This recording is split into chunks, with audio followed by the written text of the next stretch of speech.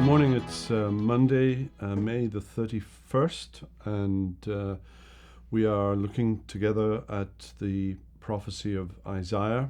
We're in these chapters from 13 down through 34, 35, where Isaiah is talking mainly about the coming threat of Assyria and the destruction of the northern kingdom of Israel and its capital in Samaria, eventually coming all the way down to Judah and threatening Jerusalem. But in doing so, Isaiah takes in the world of international politics and lots of nation states to the north and to the east and to the south of Jerusalem. And today in chapter 27, and we look at the first, this chapter with its 13 verses, the message, the simple message of the chapter is that God has a plan, and he will execute that plan down to the smallest details. The metaphor, and this is a chapter that speaks of the redemption of Israel, of God's people, that amidst all of the judgments that are taking place in Isaiah's time and in Isaiah's future, the long-term goal, of course, is to redeem his people. And he uses the metaphor, once again, of a vineyard. He used this metaphor at the very beginning of the prophecy in chapters 3 and 5. And the point that he's making here is that despite all of the divine care, the vineyard is fruitless.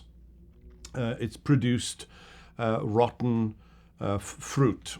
A picture that he's used elsewhere. And another reason for it is because there are other forces at work in Israel, and he mentions in verse 1 Leviathan.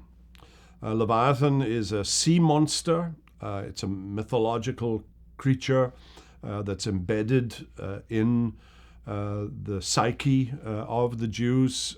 It occurs in the book of Amos, it occurs in the book of Job. You'll find references to Leviathan in the book of Psalms, and in part, it's part of the Jewish psyche and culture, distrustful of the sea and of the oceans. They were not a seafaring people, and the Psalms frequently, when it wants to speak about fear, will often use the imagery of going down into the depths of the sea. And Leviathan here is a metaphor that really depicts Satan himself. It is a personification of evil. And so behind Israel's fruitlessness and treachery is a more powerful figure,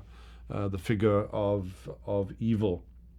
But a day is coming, and if you read verses 2 and 3, in that day a pleasant vineyard, sing of it. I, the Lord, am its keeper. Every moment water it, lest anyone punish it.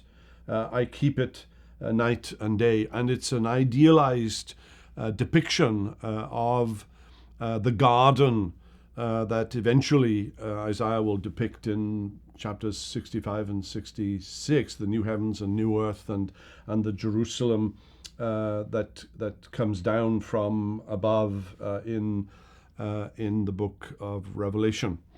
And so this is a chapter that speaks in metaphorical terms of the redemption of God's people. God has a plan, and he intends to keep it down to the last letter. Well, we'll pick it up again tomorrow, but have a wonderful day.